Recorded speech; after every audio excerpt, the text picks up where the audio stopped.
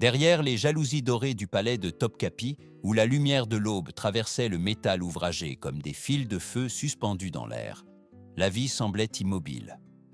Cependant, sous cette quiétude magnifique battait un monde qui ne se montrait pas à l'œil nu. Dans les cours de pierre, les pas des gardes résonnaient comme des tambours lointains. Dans les longs couloirs, l'écho des murmures se mêlait à l'odeur de bois anciens, d'encens et de soie vieillie. C'était un empire construit sur la force de l'acier, oui, mais aussi sur la fragilité des silences. Et personne ne connaissait mieux ces silences que les femmes destinées à vivre derrière les murs du harem. Là, dans ce labyrinthe d'ombre, surgissait une question qui traversait les cœurs de toutes les concubines, consorts et mères royales depuis des générations. Qu'advenait-il d'elles lorsque leur beauté se fanait ou lorsque leur utilité politique perdait de sa valeur? Le harem impérial, connu sous le nom de harem-i-Humayun, était admiré pour son luxe, sa musique, ses jardins cachés et ses salons parfumés. Mais son véritable but n'était pas le plaisir, mais le contrôle. Il fonctionnait comme une institution politique où les femmes étaient des pièces stratégiques, surveillées jour et nuit par des eunuques, des courtisanes rivales et des autorités silencieuses. Mais derrière le voile de pouvoir que certaines atteignaient un bref instant, se cachait une réalité plus sombre, une condamnation qui ne nécessitait ni barreaux ni chaînes, l'enfermement perpétuel. Il suffisait d'être mère ou sœur d'un prince qui pouvait représenter, à un moment donné, une menace pour le sultan régnant. Il suffisait d'être trop belle, trop influente, ou simplement d'occuper la mauvaise place au mauvais moment. À cet instant, la femme pouvait être envoyée à ce que tous craignaient, mais peu osaient, nommer la cage dorée.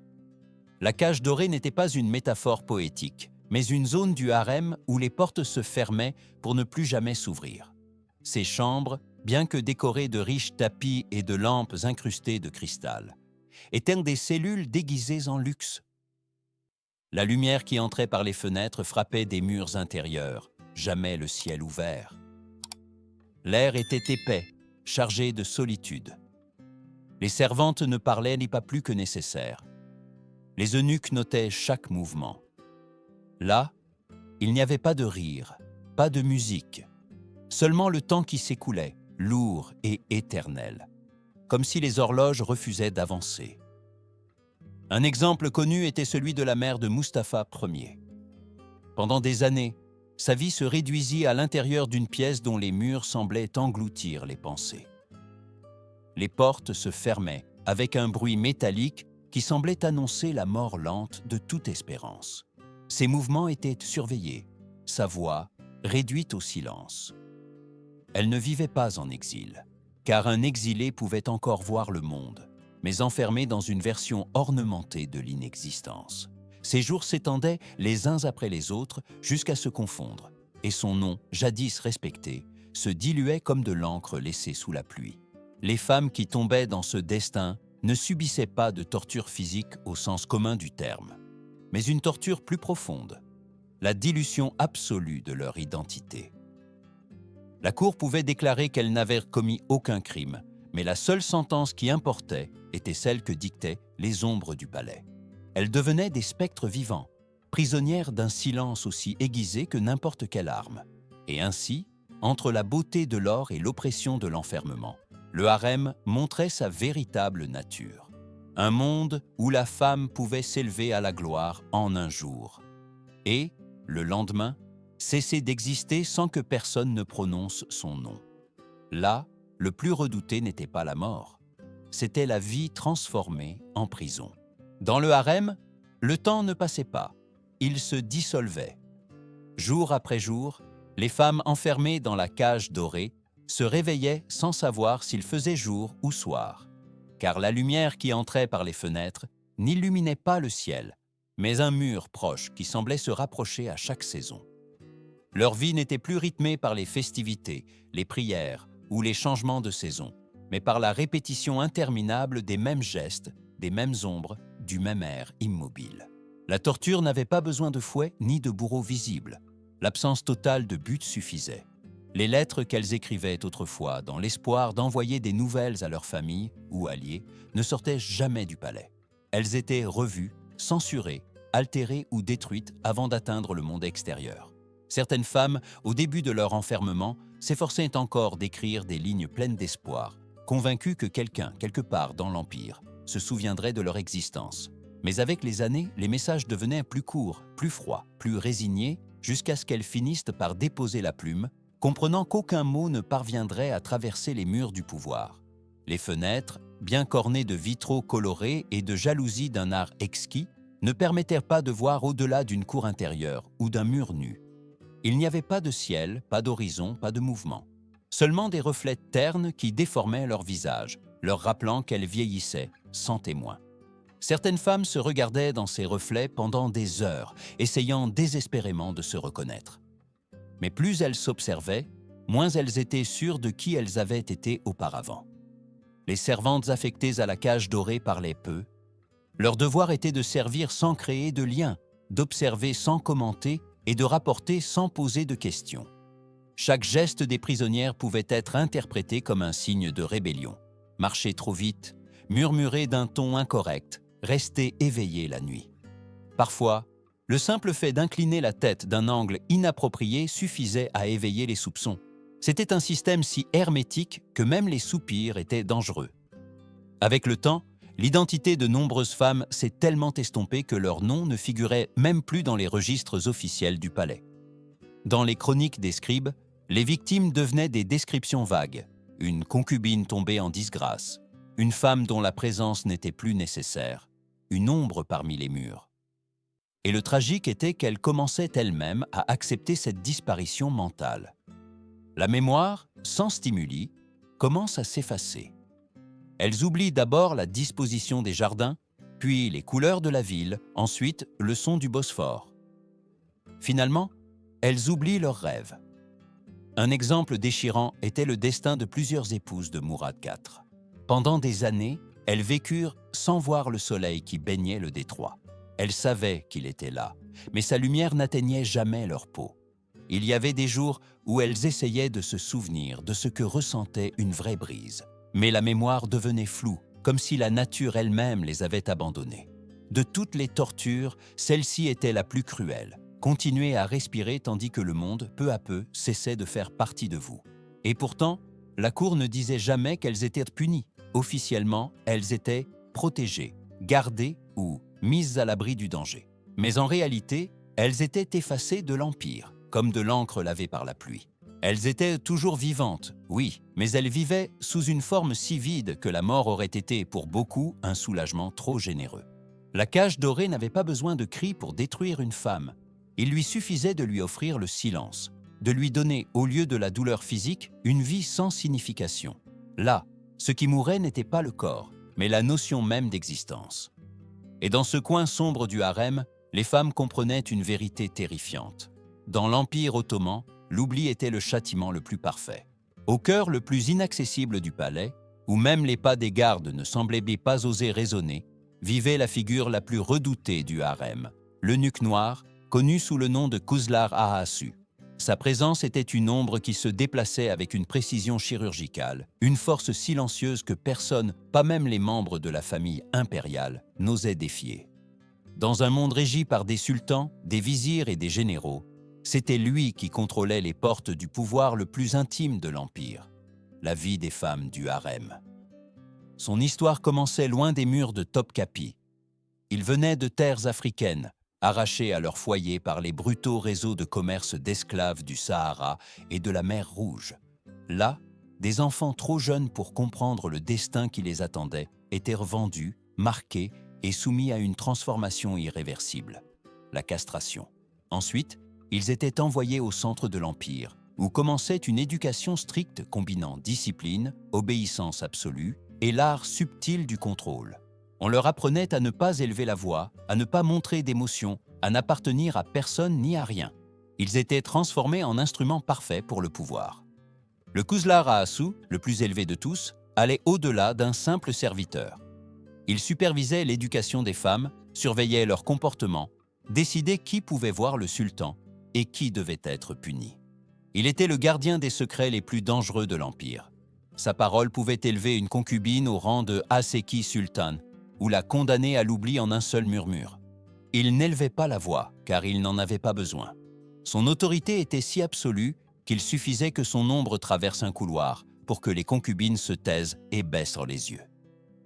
Mais la discipline ne se maintenait pas seulement par la présence. Le fouet de l'eunuque, fait de courroies tressées ou de tiges de palmier, était le rappel physique qu'aucune femme n'était au-dessus de l'obéissance. Lorsque l'ordre était menacé, ce n'était pas le sultan qui agissait. C'était le Khuzlar Ahassu, accompagné d'eunuques mineurs, qui exécutaient les châtiments sans cri ni scandale. Les murs de marbre du harem avaient entendu le son de ces coups de fouet, si souvent qu'ils semblaient gravés dans la pierre même. Il n'y avait pas de supplication, pas de protestation. Seulement le claquement sec du châtiment, suivi du silence obligé. Son pouvoir s'étendait même au-delà du harem. De nombreux vizirs savaient qu'affronter l'eunuque noir, c'était risquer leur propre poste. Ils détenaient des informations que personne d'autre ne possédait. Mouvements, alliances, intrigues, trahisons. Il était à bien des égards le véritable gardien de l'Empire invisible. Son regard calculateur pouvait déceler les tensions, les rivalités et les conspirations entre les femmes bien avant qu'elles ne prennent forme. Son devoir n'était pas seulement de maintenir la discipline, mais aussi d'empêcher que les ambitions féminines ne déstabilisent la cour. Et pourtant, derrière cette figure impénétrable se cachait quelque chose de tragiquement humain. Le même système qui leur accordait tant de pouvoir était celui qui leur retirait la liberté. Ils ne pouvaient quitter le palais que s'ils étaient expulsés ou sur le point de mourir. Ils n'avaient ni famille, ni descendance, ni héritage. Ils devenaient les gardiens d'un monde qui ne leur appartenait pas, les sentinelles d'un univers auquel ils ne pourraient jamais participer pleinement. Leur vie était un paradoxe. Ils contrôlaient le destin de centaines de femmes, mais ne pouvaient contrôler le leur. Le contraste était si profond que de nombreux chroniqueurs de l'époque décrivaient le Khuzlar Ahassu comme l'homme le plus puissant qui n'aurait jamais de pouvoir sur lui-même. Même dans ses moments de triomphe, il restait un prisonnier. Dans le palais, sa silhouette glissait avec douceur, presque sans bruit, mais sa solitude était plus percutante que n'importe quel fouet. Il n'y avait pas de rire qui l'attendait, pas de voix qui l'appelait par son vrai nom. Son existence se réduisait au devoir, et le devoir était de surveiller, de punir et d'obéir. Les femmes le craignaient parce qu'elles savaient que leur destin pouvait changer en un instant. Un geste mal interprété, un mot déplacé, une rumeur qui parvenait à ses oreilles, si peu suffisait pour transformer une vie. Même les concubines les plus influentes baissèrent les yeux lorsqu'il entrait dans une pièce. Dans un harem rempli de parfums, de bijoux et de tissus précieux, sa présence était le rappel constant que la beauté et le pouvoir étaient fragiles, que la volonté de l'Empire pesait toujours plus que les désirs individuels. Ainsi, l'eunuque noir devenait l'incarnation de la contradiction du harem, une figure qui protégeait et détruisait, qui élevait et condamnait, qui maintenait l'ordre et en même temps y était piégé. Il était le gardien des ombres, l'exécuteur des châtiments silencieux et le confident involontaire d'un monde qui respirait la peur. Et tandis qu'il marchait dans les couloirs de marbre, le dos droit et le regard fixe, l'Empire entier savait que son pouvoir ne provenait pas de sa voix, mais du silence qui l'entourait. Dans les recoins les plus cachés du harem, où la lumière des lampes parvenait à peine à percer l'obscurité épaisse, existait un châtiment si redouté que sa seule mention faisait trembler les femmes, la falaka. Ce n'était pas un tourment inventé pour verser du sang, ni pour arracher des cris qui auraient pu alerter les couloirs voisins. C'était un châtiment conçu avec une précision cruelle, pensé pour briser l'esprit et forcer l'obéissance sans laisser de cicatrices visibles. Dans un monde où l'apparence était une monnaie du pouvoir, blesser le visage ou le corps d'une femme était inacceptable. Mais détruire sa volonté, c'était une autre histoire. La procédure commençait de manière froide et quasi rituelle. Une femme pouvait être en train d'effectuer une tâche de routine, de marcher dans un couloir, ou même de se reposer dans sa chambre lorsqu'elle entendait son nom prononcé à voix basse par un eunuque. Cet appel, sec et sans émotion, suffisait à faire s'effondrer son cœur. Elle savait qu'il n'y avait pas d'échappatoire, car la falaka n'était pas appliquée après un jugement formel, ni ne nécessitait d'explication. Il suffisait d'un soupçon de désobéissance, d'une rumeur de commérage ou de la simple volonté de ceux qui détenaient le pouvoir Une fois conduite au lieu destiné au châtiment, généralement une salle étroite aux murs creux qui amplifièrent les sons, la femme était forcée de s'asseoir ou de s'allonger sur le sol froid. Ses chevilles étaient attachées fermement avec des cordes rugueuses et ses pieds étaient élevés au-dessus du niveau du corps. Cette position non seulement l'immobilisait, mais l'exposait complètement, la laissant suspendue dans une vulnérabilité si absolue que la peur commençait à la consumer avant même le premier coup. Les eunuques chargés du châtiment agissaient avec une précision quasi mécanique. Il n'y avait pas de cris, pas d'insultes, pas de rage. Seulement le son mortel du bâton de bois qui se levait puis tombait sur la plante des pieds. Chaque coup résonnait comme un tambour funèbre, répercutant sur les murs et voyageant à travers les os de la victime. Au début, c'était une douleur aiguë, violente, mais elle se transformait bientôt en quelque chose de plus profond, une brûlure qui s'étendait le long des jambes, remontait la colonne vertébrale et se terminait par un tremblement involontaire qui se propageait à tout le corps. Les chroniqueurs de l'Empire racontaient que la falaka pouvait rendre une femme incapable pendant des jours, voire des semaines. Après quelques dizaines de coups à peine, la plante des pieds était si enflée que marcher devenait un tourment inhumain. Cependant, ne laissant aucune blessure visible, le châtiment pouvait être répété autant de fois que nécessaire, sans susciter de questions embarrassantes parmi les membres importants de la cour. C'était sa macabre ingéniosité, détruire sans preuve. Mais au-delà de la douleur physique, la falaka était un message, un avertissement gravé dans les nerfs, pas dans la peau. Chaque fois qu'une femme essayait de se lever et échouait, chaque fois qu'elle faisait un pas et que la douleur la forçait à se rétracter, elle se souvenait exactement de qui contrôlait son destin. C'était un rappel permanent que la beauté ne la protégeait pas, qu'aucun parfum ni tissu précieux ne pouvait la cacher du poids absolu de l'obéissance. Toutes les séances ne se déroulaient pas dans la même pièce. Parfois, la falaka avait lieu dans les buanderies du palais, où la vapeur d'eau et l'odeur de savon imprégnaient l'air, créant un contraste inquiétant entre le quotidien et le sadisme.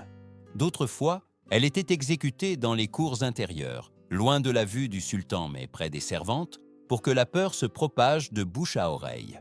Dans les quartiers de service, où les murs étaient plus minces, les sons pouvaient filtrer vers des couloirs lointains, semant la tension au-delà du châtiment immédiat. Le plus perturbant était que parfois, le châtiment n'était pas appliqué pour une transgression réelle. Dans un environnement aussi chargé de rivalité que le harem, un mot malveillant d'une concubine jalouse pouvait suffire à envoyer une autre femme au tourment. Les eunuques, gardiens et exécuteurs à la fois, remettaient rarement les ordres en question. Ils faisaient partie d'une machinerie qui maintenait le harem fonctionnant comme un engrenage parfait de pouvoir, de peur et de silence. Et la falaka était l'un de leurs outils les plus efficaces. Les victimes, après avoir reçu le châtiment, retournaient dans leur chambre sans soutien. Personne ne pouvait les consoler, personne ne pouvait toucher leurs pieds endoloris, personne ne pouvait parler du sujet. La douleur devenait un secret que l'on portait à chaque pas traîné, à chaque nuit sans sommeil, à chaque respiration coupée. Même après la disparition des ecchymoses, un écho du tourment restait dans leur mémoire, comme un fantôme attaché à la peau. Chaque fois qu'une femme marchait avec prudence des semaines plus tard, sachant que la falaka pouvait revenir sans avertissement, elle comprenait la vérité la plus cruelle du harem. L'obéissance n'était pas une vertu, c'était une obligation. Et la falaka, plus qu'un châtiment, était une promesse. Une promesse que la volonté, tout comme les os, pouvait se briser sous le poids de la peur. Dans le vaste univers caché du harem, où chaque soupir était mesuré et chaque mouvement observé avec une précision inquiétante, existait un châtiment aussi élégant que terrifiant, l'exécution par la soie. Ce n'était pas une mort destinée à provoquer le scandale, ni à verser du sang qui aurait pu tacher les couloirs de marbre. C'était un acte silencieux, sophistiqué et mortel, réservé à celles dont l'ambition, l'influence ou la simple existence menaçaient l'équilibre du pouvoir. La soie, symbole de beauté et de luxe, devenait instrument de mort. Tout commençait par un murmure. Aucune femme n'était informée de sa sentence à l'avance. Il n'y avait pas de procès public, ni d'accusation formelle, ni de possibilité de défense. La condamnation était prise en silence, entre le sultan et ceux qui filtraient l'information depuis l'ombre, eunuques, servantes loyales, ou même la valide. Sultan elle-même, lorsqu'elle considérait qu'une femme avait franchi une limite invisible. La décision, une fois scellée, voyageait dans les couloirs avec la rapidité d'un poison. L'exécution se déroulait toujours la nuit. L'obscurité n'était pas seulement un décor commode, mais une partie essentielle du rituel.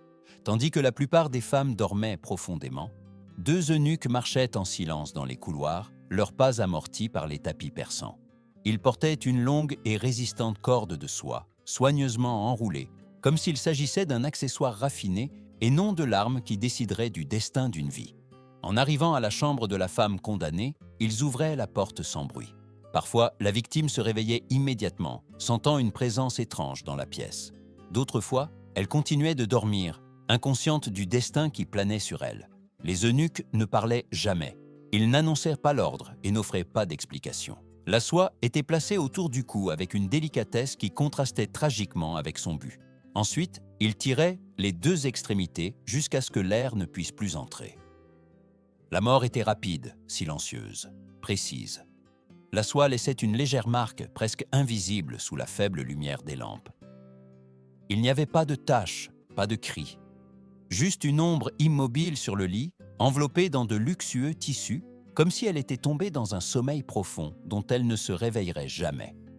Mais l'exécution n'était pas la fin, c'était le début de l'effacement. En quelques minutes, les servantes formées arrivaient pour retirer les objets personnels de la femme, bijoux, vêtements, lettres, parfums. Chacune de ces possessions était redistribuée, détruite ou archivée dans des lieux inaccessibles. Son nom était discrètement supprimé des registres internes. Sa chambre était attribuée à une autre jeune femme nouvellement arrivée, prête à occuper une place qui, sans le savoir, avait été libérée par la mort. En quelques heures, son existence était réduite à des murmures interdits que personne n'osait répéter. L'un des cas les plus troublants associés à cette méthode silencieuse fut celui des rivales de Roxelane au XVIe siècle.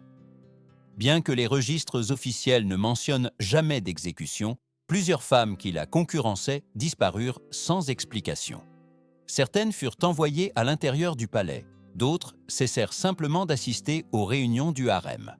La cour, habituée à la diplomatie du silence, comprenait le message sans que personne ne le dise clairement. Le pouvoir ne se négociait pas avec des mots, mais avec des absences. Le contraste entre la douceur de la soie et la violence de l'acte qu'elle représentait encapsulait l'essence du harem. Là, la beauté côtoyait la terreur. L'opulence cachait un monde où les vies pouvaient s'achever sans laisser de traces, où un sourire mal interprété pouvait sceller une sentence. Il n'y avait pas de justice, seulement la convenance politique. Le plus bouleversant était la solitude de cette mort. La femme ne recevait pas de prière, n'avait pas un dernier câlin, n'entendait pas de mots de consolation. Sa fin était privée, cachée, presque niée. Un effacement littéral et symbolique. Dans l'esprit de ceux qui restaient, la soie se transformait en un avertissement silencieux. Personne n'était au-dessus du système. Personne n'était intouchable. Le lendemain, tandis que le soleil illuminait les cours intérieures et que les musiciens accordaient leurs instruments pour les cérémonies, la vie dans le harem continuait comme si rien ne s'était passé. Les concubines se préparaient, les servantes nettoyaient, les eunuques effectuaient leur ronde. L'absence de la femme exécutée ne suscitait aucune conversation, seulement des regards rapides chargés de peur. Chacune savait que cette nuit aurait pu être la sienne. L'Empire pouvait se présenter au monde comme un exemple de sophistication et de grandeur, mais entre les murs cachés du harem, la véritable force résidait dans sa capacité à tuer sans être vue. La soie, plus qu'une arme, était un symbole. Elle représentait le pouvoir absolu du silence, la volonté implacable du trône et la fragilité de ceux qui, bien que vivant entourés de luxe, n'avaient aucun contrôle sur leur destin. Dans ce monde, la mort ne criait pas, elle murmurait. Quand on parle de l'Empire ottoman, la mémoire se tourne souvent vers les vastes armées, vers les sultans qui ont étendu leur domaine avec l'acier et la poudre, ou vers les palais qui brillent encore aujourd'hui comme témoignage d'une grandeur perdue. Mais ce qui est rarement mentionné, c'est que, au-delà des champs de bataille, et des intrigues des vizirs. Il existait un autre terrain où se jouait le destin de l'Empire, le harem. Un espace apparemment domestiqué, caché entre des murs et des rideaux de soie, qui fonctionnait en réalité comme un échiquier politique où chaque silence avait son poids, chaque geste était une stratégie et chaque femme pouvait devenir une menace ou une arme. Le harem n'était pas un refuge de plaisir comme de nombreux récits occidentaux ont insisté à l'imaginer. C'était une structure rigide, où l'obéissance était loi, mais aussi où l'ambition, la rivalité et la peur s'entremêlaient pour former un noyau de pouvoir invisible. Dans ces pièces, protégées du monde extérieur, se décidaient des alliances, se semaient des rancœurs et se forgeaient des futurs.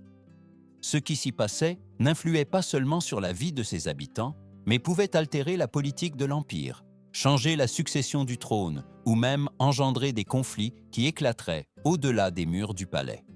Les histoires de femmes oubliées, celles enfermées dans la cage dorée ou châtiées par la falaka, montrèrent le visage le plus cruel de ce système. Cependant, elles révélaient aussi quelque chose de plus profond, que le pouvoir ne s'exerçait pas toujours avec des armes visibles. Parfois, la force résidait dans des décisions prises dans des couloirs silencieux, dans des ordres transmis par des regards, dans des secrets cachés dans des chambres où personne d'autre ne pouvait entrer. Même la mort, enveloppée de soie, exécutée des nuits où le palais entier semblait retenir son souffle, faisait partie de cette logique de contrôle absolu. Mais ce monde ne façonnait pas seulement les femmes. Les eunuques, comme le redoutable eunuque noir, étaient aussi victimes et complices d'une machinerie qui les utilisait jusqu'à leur dernier soupir. Dans le harem, tous étaient des pions d'un jeu plus vaste. Certains montaient en grade, d'autres disparaissaient.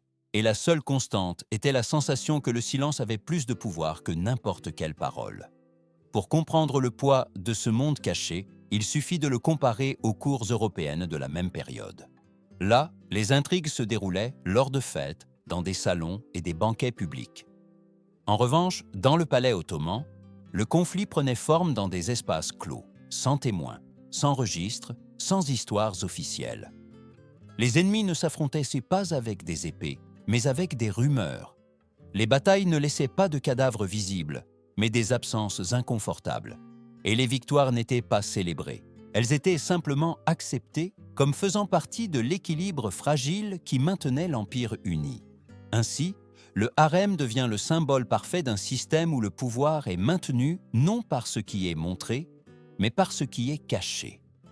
Les femmes qui y ont vécu, celles qui ont accédé au pouvoir, celles qui ont été oubliées, celles qui sont mortes en silence, ont façonné une partie de l'histoire qui est rarement reconnue.